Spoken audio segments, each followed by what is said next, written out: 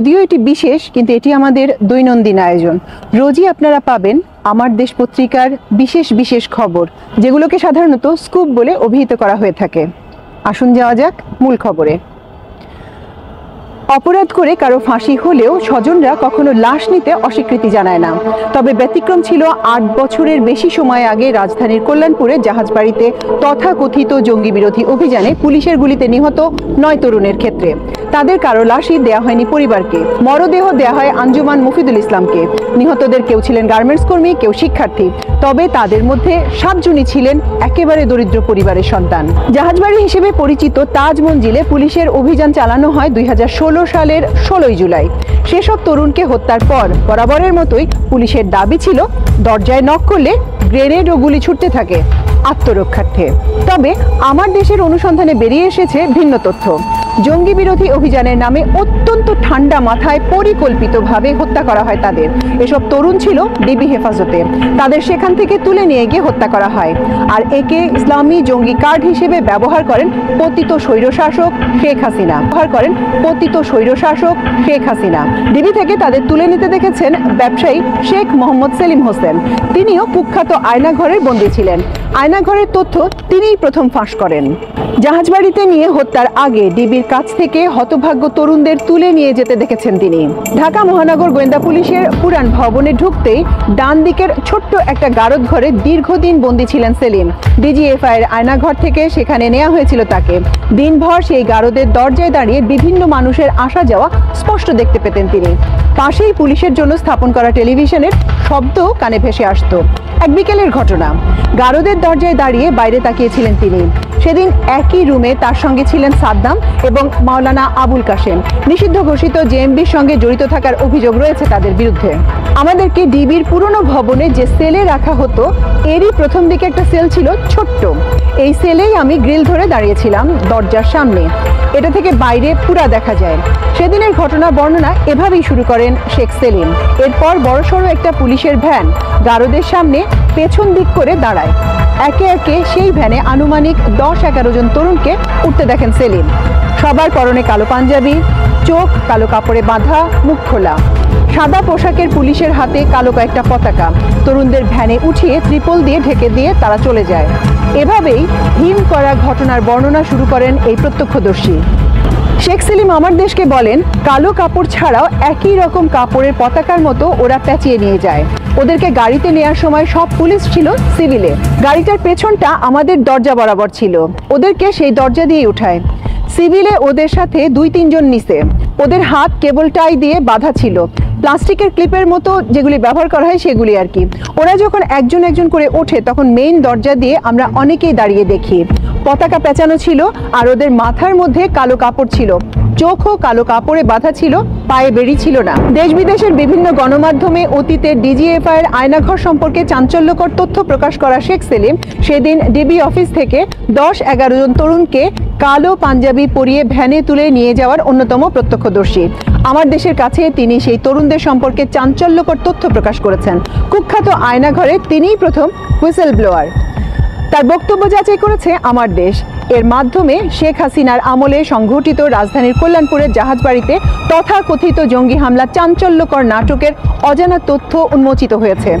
অন্যদিকে Holey Artisan হামলার অন্যতম মাস্টারমাইন্ড হিসেবে প্রচার করা মারজান নামের যে তরুণকে বন্দুকযুদ্ধের নামে হত্যার দাবি করেছিল পুলিশ, প্রকৃতপক্ষে তাকেও ডিবি একটি ছোট রুমে অনেক আগেই এনে চেয়ারের নিচে মাথা রেখে বেঁধে রেখে দিয়েছিল। এভাবেই তাকে দেখেছেন শেখ সেলিম। এই প্রত্যক্ষদর্শীর বয়ানে উঠে এসেছে আন্তর্জাতিক অঙ্গনে চাঞ্চল্য সৃষ্টি করা রাজধানীর কল্যাণপুরের জাহাজবাড়িতে তথাকথিত জঙ্গিদের সঙ্গে ভয়াবহ গ্রেনেড বন্দুকযুদ্ধের ঘটনা একদমই পুলিশের সাজানো নাটক ছিল। সেই তরুণদের আগে থেকে ডিবি অফিসে বন্দি রাখা এবং পরবর্তীতে তাদেরকে কালো পাঞ্জাবি ট্রাউজার, মাথায় কালো পট্টি পরিয়ে নিয়ে যাওয়ার চাঞ্চল্যকর বর্ণনা দিয়েছেন প্রত্যক্ষদর্শী শেখ সেলিম।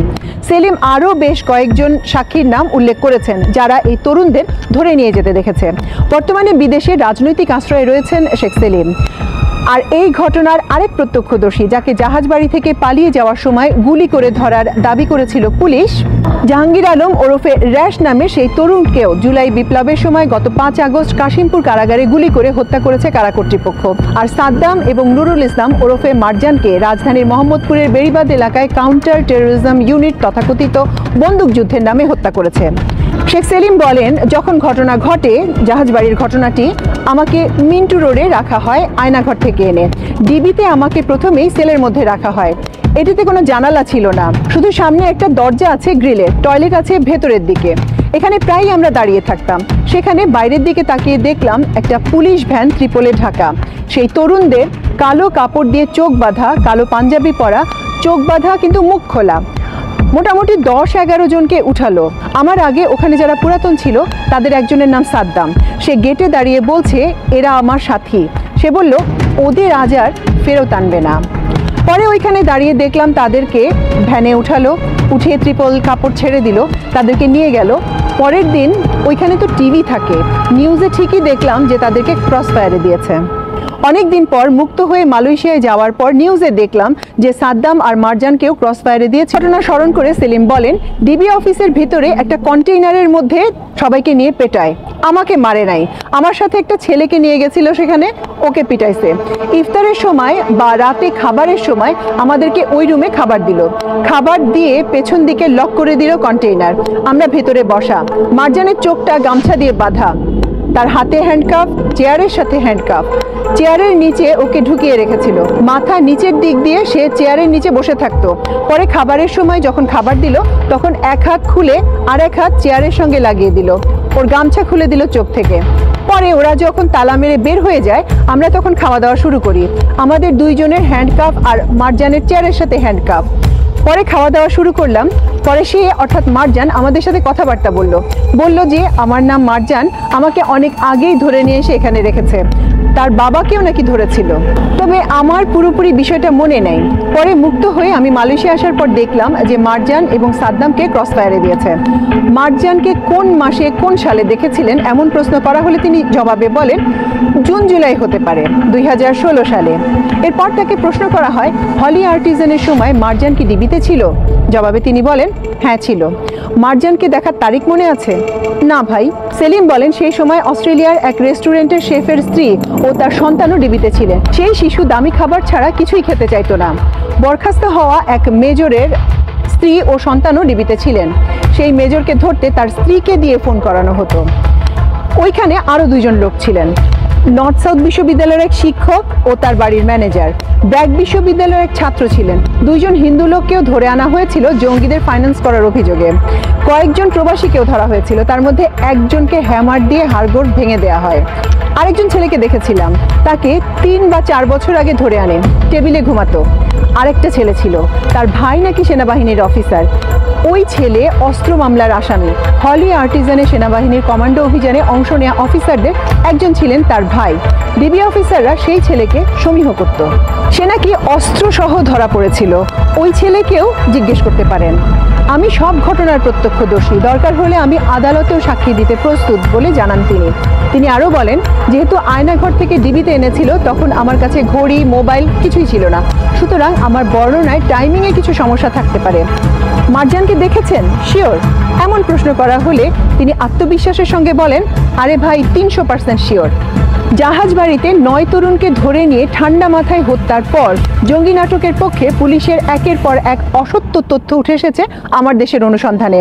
সেই অভিযানে নিহত সাতক্ষীরার তরুণ মতিউর রহমানের বাবা নাসির উদ্দিন পরবর্তীতে পুলিশের বিরুদ্ধে আদালতে মামলা করতে গিয়েছিলেন। তবে সাতক্ষীরার আদালত তার অভিযোগ নাকচ করে দিয়েছেন। ছেলের লাশও দেয়া হয়নি মতিউর রহমানকে। একই ভাগ্য বরণ করতে হয়েছিল নিহত অন্যদের স্বজনদের। পুলিশের হুমকির মুখে কেউই প্রিয় সন্তানের লাশ গ্রহণ করতে পারেননি। পুলিশের দাবি তারা গোলাগুলিতে নিহত হয়। আসলে সেই রাতে কি 2 পক্ষের থেমে থেমে ভয়াবহ গোলাগুলি হয়েছিল? তরুণরা কি বন্ধ দরজার ভেতর থেকে গ্রেনেড ছুঁড়েছিলেন? মুখোমুখি গোলাগুলি হলে তরুণদের সবার পিঠে কিভাবে 6-7টি করে গুলি লাগে? রাতভর গোলাগুলি চালাতে তরুণদের হাতে কয়টা আগ্নেয়াস্ত্র ছিল, এমন অনেক প্রশ্নের জট খুলেছে আমার দেশের অনুসন্ধানে। পুলিশ সেই রাতের তথাকথিত জঙ্গি গল্প, তখনকার স্বরাষ্ট্রমন্ত্রী ও শীর্ষ পুলিশ কর্মকর্তাদের বক্তব্যের সঙ্গে চার্জশিট ও জব্দ তালিকার বড় ধরনের অমিল ধরা পড়েছে। অভিযুক্ত আসামিদের পারস্পরিক সাংগঠনিক পরিচিতি মেলানোর গল্প, পুলিশের অভিযানের বিবরণ, ব্যালিস্টিক ও ফরেনসিক রিপোর্ট পর্যালোচনা, প্রত্যক্ষদর্শী কয়েকজনের সাক্ষ্য, স্বজনদের বক্তব্য, আইনজীবীদের মতামত বিশ্লেষণ করে পুলিশের দাবির সঙ্গে বাস্তবতার বিস্তর ফারাক দেখা গেছে। হঠাৎ শুরু হওয়া সেই ব্লক রেইডের নেতৃত্বে থাকা গুরুত্বপূর্ণ সদস্যদের একজন ছিলেন মিরপুর জোনের তখনকার উপ পুলিশ কমিশনার জসিমউদ্দিন মোল্লা। তার নেতৃত্বে জুলাই বিপ্লবের সময় মিরপুরে 137 জনকে হত্যার অভিযোগ রয়েছে। পলাতক শেখ হাসিনা সহ 37 জনের বিরুদ্ধে দায়ের করা গণহত্যা মামলার গুরুত্বপূর্ণ আসামি তিনি। এছাড়া জুলাই বিপ্লবকালে ছাত্র জনতার ওপর পরিচালিত নির্মমতার ঘটনায় অন্তত 35টি মামলার আসামি জসিম। ঘটনা প্রবাহে মনে হচ্ছে জসিম ও অন্য পুলিশ সদস্যরা মিলে অত্যন্ত সরু সিঁড়ির ঘিঞ্জি ভবনটিতে গ্রেনেড হামলা ও ভয়াবহ গোলাগুলির মতো নাটক মঞ্চস্থ করে 9 তরুণকে নৃশংসভাবে হত্যা করেছিলেন। দৃশ্যত বাংলাদেশে জঙ্গিবাদের উত্থানের গল্প সাজিয়ে পশ্চিমাদের সমর্থনে ক্ষমতায় টিকে থাকা এবং ইসলামপন্থীদের দমনের মাধ্যমে ভারতের এজেন্ডা বাস্তবায়ন করা ছিল এসব ফলস ফ্ল্যাগ অভিযানের লক্ষ্য। এর মাধ্যমে ভিন্নমত দমন এবং রাজনৈতিক প্রতিপক্ষকে দুর্বল করাও ছিল হাসিনার লক্ষ্য। জাহাজবাড়ি হত্যাকাণ্ডকে বৈধতা দিতে ইসলামিক স্টেট এবং 90 জেএমবির সঙ্গে তাদের জড়িত থাকার গল্প বানায় পুলিশ। নিহত তরুণদের সম্পর্কে তৎকালীন ডিএমপি কমিশনার আসাদুজ্জামান মিয়া সাংবাদিকদের বলেছিলেন, নিহতদের চেহারা ও বেশভূষা দেখে উচ্চশিক্ষিত বলে মনে হয়েছে, অথচ নিহতদের মধ্যে 7 জনই ছিলেন অতি সাধারণ পরিবারের সদস্য। শেখ হাসিনা সরকারের পুলিশের নির্মমতার বিরুদ্ধে প্রশ্ন করার সাহস সেসব পরিবারের ছিল না। ফৌজদারি কার্যবিধি 161 ধারায় দেয়া সাক্ষীদের জবানবন্দি যাচাই করলে বিস্ময়কর বৈপরীত্য দেখা যায়। মামলার প্রথম সাক্ষী করা হয়েছিল কল্যাণপুরের শহীদ মিনার রোডের 25 বছর বয়সী অধিবাসী মোহাম্মদ সুমন মিয়াকে। জবানবন্দিতে তিনি বলেন, আরও জানিতে পারি ব্লক রেড করার সময় উক্ত বিল্ডিংয়ের 5ম তলার পশ্চিম পাশের ফ্ল্যাটে থাকা জঙ্গিরা গভীর রাতে পুলিশের উপস্থিতি টের পাইয়া পুলিশকে লক্ষ্য করে হাত গ্রেনেড ও গুলি করিতে থাকে। এ সময় পুলিশের এএসআই দিল মোহাম্মদ জখমপ্রাপ্ত হন। ওই সময় জঙ্গিদের বাসার পশ্চিম উত্তর চিপার বারান্দার গ্রিলের পকেট গেট দিয়ে 2 জন জঙ্গি পাশের বিল্ডিংয়ের জানালার কার্নিশ দিয়ে দ্রুত নামার সময় পুলিশের এএসআই দিল মোহাম্মদ একজনকে গুলি করিলে তার পায়ে লাগিয়া পড়িয়া যায়। অন্যজন বিল্ডিংয়ের পাশে চিপা দিয়া পালাইয়া যায়। দিল মোহাম্মদ একজনকে ধরে ফেলে। ভোরবেলায় জঙ্গিদের আক্রমণ থামিয়া গেলে পুলিশ উক্ত ফ্ল্যাটের করিডোর দিয়া 9 জঙ্গির মরদেহ এবং তাদের কারো কারো হাতে পিস্তল, ধারালো চাকু, দা, অন্যান্য আলামত এবং গ্রেনেড দেখতে পায় ও তা জব্দ করে। আমি ওই সময় পুলিশের সাথে উপরে যাই এবং দেখি পুলিশ আমাকে জব্দ তালিকা সাক্ষী করে এবং আমি জব্দ তালিকায় সই করি। লক্ষণীয়, এএসআই দিল মোহাম্মদ কথিত জঙ্গিদের গ্রেনেড হামলায় আহত হন। তিনি আবার পাইপ দিয়ে পালানোর সময় এক তরুণকে গুলি করে ধরে ফেলেন। এ ধরনের সাক্ষী দিয়েছেন স্থানীয় আরও কয়েকজন অধিবাসী, অথচ পুলিশের জব্দ তালিকায় গ্রেনেডের কোনো তথ্যই ছিল না। প্রশ্ন হলো, ভয়াবহ গ্রেনেড গোলাগুলির পর নিহত তরুণদের হাতে চাকু, দা, পিস্তল কিভাবে থাকে? প্রশ্নটা অবশ্য 2016 সালে নেটিজেনরাও তুলেছিলেন, তবে কর্তৃপক্ষ কোনো জবাব দেয়নি। মামলার দ্বিতীয় সাক্ষী কল্যাণপুর গার্ডেন ভিউয়ের কর্মী মোহাম্মদ ওয়াসিমও লোক মুখে শুনি ও জানতে পারি বলে জবানবন্দি দেন। তিনিও তার সাক্ষ্যে বলেন, গোলাগুলির এক পর্যায়ে জঙ্গিদের গ্রেনেড হামলা ও গোলাগুলি বন্ধ হলে সোয়াট টিম ও পুলিশ উক্ত বাড়ির 5ম তলায় জঙ্গিদের ফ্ল্যাটের সামনে করিডোরে 9 জন জঙ্গির মৃতদেহ দেখতে পায়। তাদের কারো কারো হাতে পিস্তল, ছুরি, ধারালো অস্ত্র এবং ফ্লোরে কালো কালো গ্রেনেড, অন্যান্য অস্ত্রশস্ত্র, মালামাল দেখা যায়। আমি এই সময় সাক্ষী হিসেবে উপস্থিত ছিলাম। পুলিশ 2টি জব্দ তালিকা করে আলামত জব্দ করে এবং আমি 2টি জব্দ তালিকায় স্বাক্ষর করি। এছাড়া বাড়ির মালিকের স্ত্রী মমতাজ বেগম, ছেলে মাজহারুল ইসলাম, বাড়ির দারোয়ান জাকির হোসেনও মামলার সাক্ষী। সবার সাক্ষ্যে পুলিশ দরজা নক করলে ভেতর থেকে তারা গ্রেনেড মারে এমন উল্লেখ থাকলেও কেউই নিজের চোখে তা দেখেননি। এমনকি গ্রেনেড সম্পর্কে কোনো ধারণাও তাদের নেই। সবাই হুবহু একই জবানবন্দি দিয়েছেন। বাড়ির মালিকের ছেলে মাজহারুলের জবানবন্দি বেশ অদ্ভুত। তিনি বলেন, দ্বিতীয় তলায় আমার স্ত্রী সহ 2 মেয়ে নিয়ে একটি রুমে ঘুমিয়েছিলাম।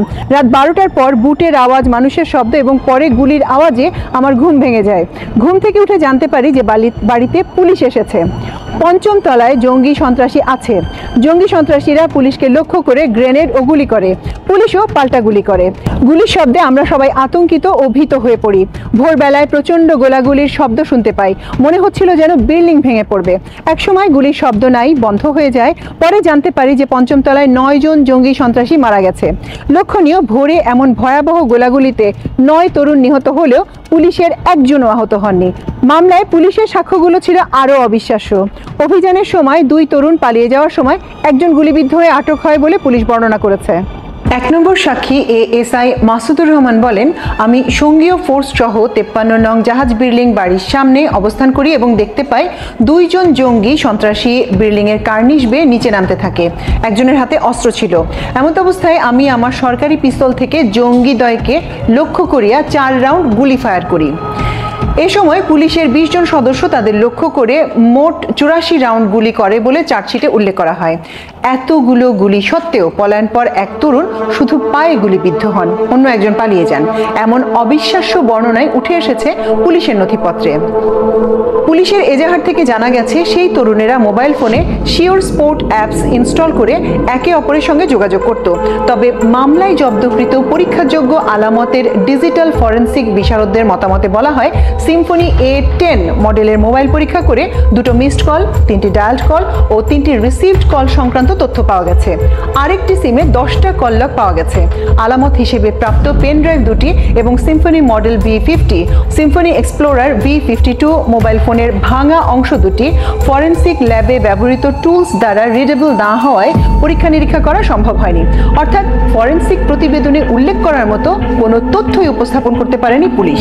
পুলিশ বলছে, নিহতদের সংগঠনের অন্য সদস্য মামুনুর রশিদ রিপন, হাদিসুর রহমান সাগর ও আসলাম হোসেন ওরফে রাশেদ ওরফে র্যাশের মাধ্যমে একটি পিস্তল ও পর্যাপ্ত গুলি এনে কল্যাণপুর জাহাজবাড়িতে তামিম আহমেদ চৌধুরীর কাছে পৌঁছে দেয়।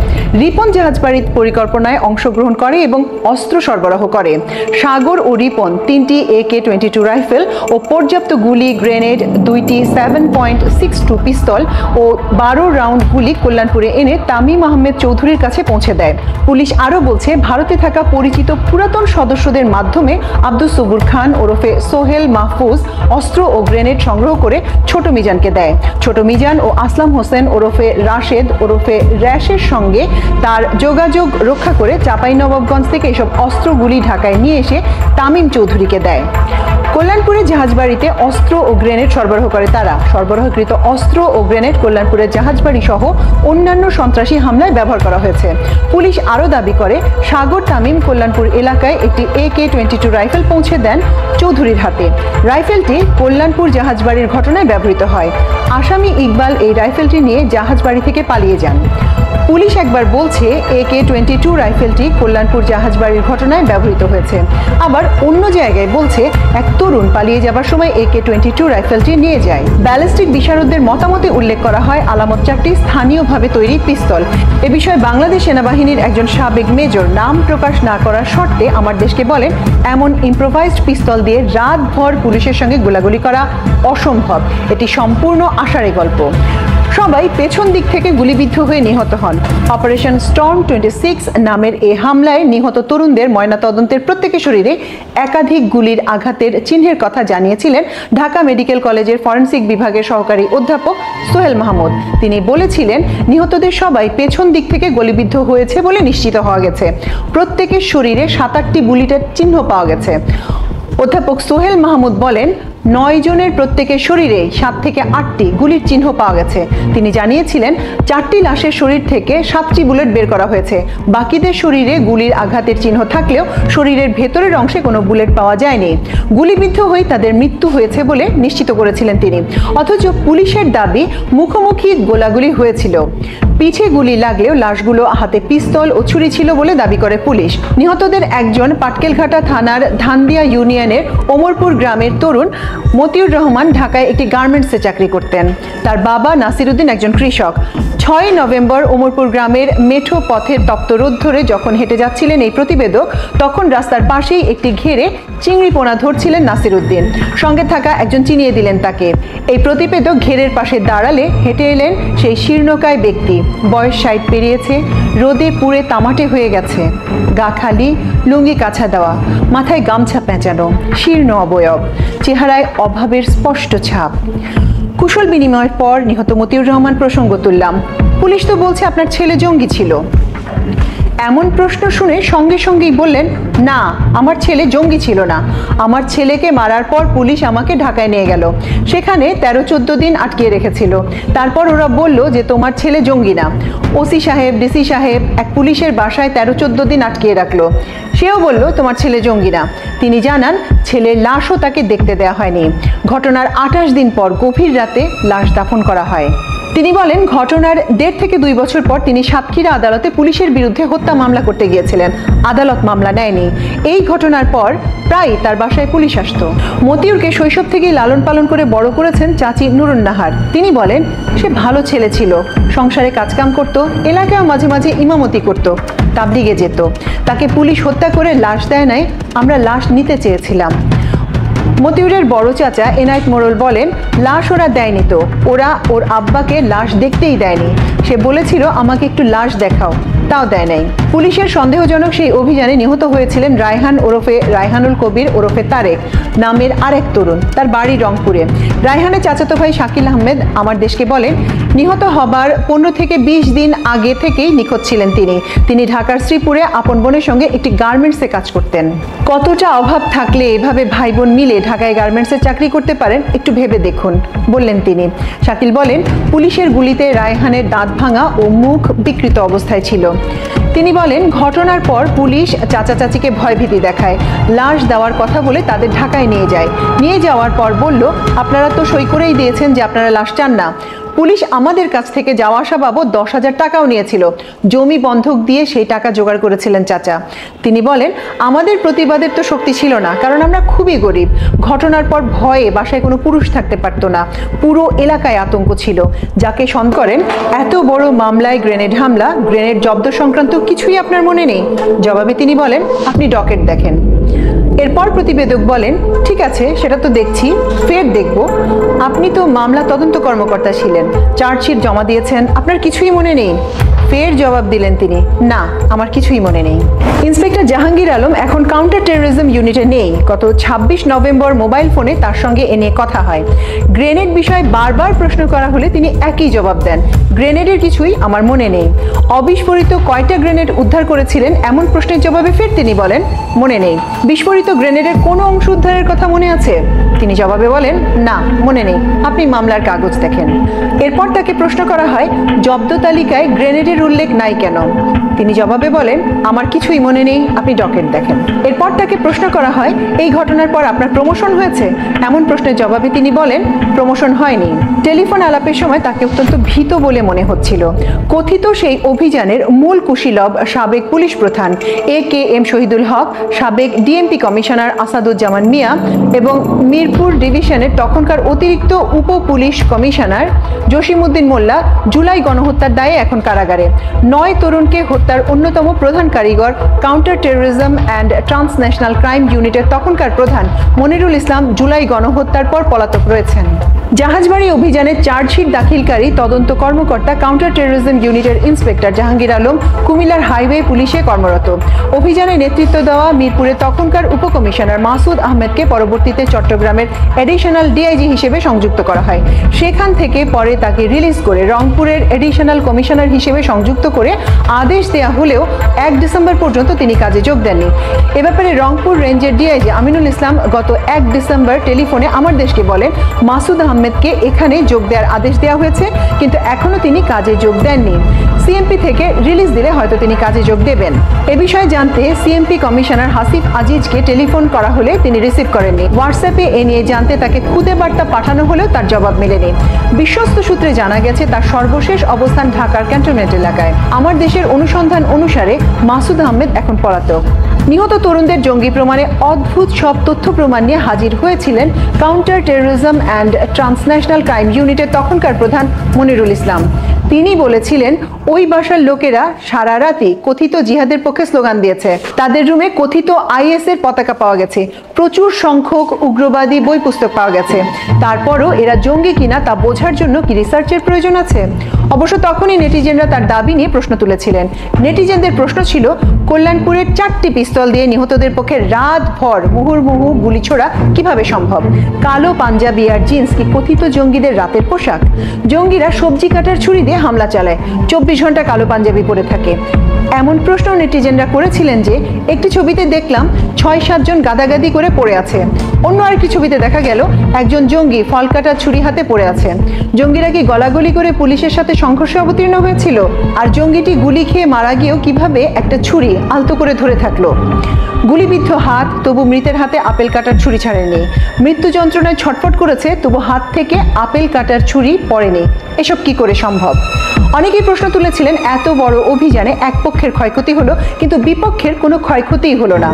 তরুণদের হত্যার পর সকাল 8টার দিকে ঘটনাস্থলে গিয়েছিলেন ডিএমপির তখনকার কমিশনার আসাদুজ্জামান মিয়া। ঘটনাস্থলে গিয়েই তিনি সাংবাদিকদের বলেন, জঙ্গিদের পরিচয় জানা যায়নি, তবে তারা অনেক উচ্চশিক্ষিত। প্রশ্ন উঠেছে, তাদের পরিচয় না জেনে এমন একটি তথ্য আসাদুজ্জামান মিয়া কিভাবে বলেছিলেন? কারো পোশাক দেখে কি তার শিক্ষাগত যোগ্যতা জানা যায়? সে প্রশ্ন উঠেছে। আসাদুজ্জামান মিয়া আরও বলেছিলেন, জঙ্গিরা পুলিশের উপর গ্রেনেড চার্জ করেছিল, কিন্তু ঘটনাস্থলে গ্রেনেডের কোনো ধ্বংসযজ্ঞের চিত্র সেদিন গণমাধ্যমে উঠে আসেনি। এমনকি পুলিশের জব্দ তালিকাতেও গ্রেনেডের কিছুই উল্লেখ নেই। নেটিজেনরা সেদিন প্রশ্ন তুলেছিলেন, তথাকথিত জঙ্গিরা যে কামরায় ছিল সেই কামরায় বেশি জানালা ছিল না, আর সেদিন সেটিও বন্ধ ছিল। একটি বন্ধ রুম থেকে গলা ফাটিয়ে চেঁচালেও পাশের রুম থেকে শোনা যায় না, আর মানুষ নাকি রাস্তার অলিগলি থেকে তাদের স্লোগান শুনেছে। এটা কি করে সম্ভব হতে পারে? লাশের ছবি প্রকাশ করা হলে সেখানে দেখা যায় সবাই আইএস এর ইউনিফর্ম পরিহিত। পুলিশের প্রেস ব্রিফিংয়ে জানানো হয়েছিল যে ঘটনাস্থলে প্রায় 9 জন জঙ্গির সবাই কালো পাঞ্জাবি, বিশেষ ধরনের পাগড়ি পরিহিত অবস্থায় ছিল। কারো কারো শরীরের সাথে ব্যাকপ্যাকও ছিল, অধিকাংশের পায়ে ছিল কেডস। পুলিশের ভাষ্য মতে জঙ্গিরা পুলিশের দিকে 11টি গ্রেনেড ছুড়ে মেরেছে আর রাতভর অনেক গুলি ছুড়েছে। অভিযান পরিচালনার পর 4টি পিস্তল, 22 রাউন্ড গুলি, 23টি গ্রেনেড, কিছু চাকু ও তলোয়ার এবং 5 কেজি বিস্ফোরক উদ্ধারের কথা পুলিশ জানিয়েছিল, কিন্তু পরবর্তীতে তাদের জব্দ তালিকায় গ্রেনেডের কোনো তথ্যই উল্লেখ করা হয়নি। জঙ্গিদের কাছে তাহলে গুলি করার মতো রিভলভার ছিল মাত্র 4টি, এবং সেই 4টি রিভলভার দিয়ে হাজার খানেক পুলিশের সঙ্গে সারা রাত কি করে লড়াই করা সম্ভব হয় সে প্রশ্ন উঠেছে। জাহাজ মঞ্জিলের ওপর থেকে পুলিশের দিকে 11টি গ্রেনেড, অজস্র গুলি ছোড়া হলেও সামান্য হলেও পুলিশের ক্ষয়ক্ষতি হওয়ার কথা।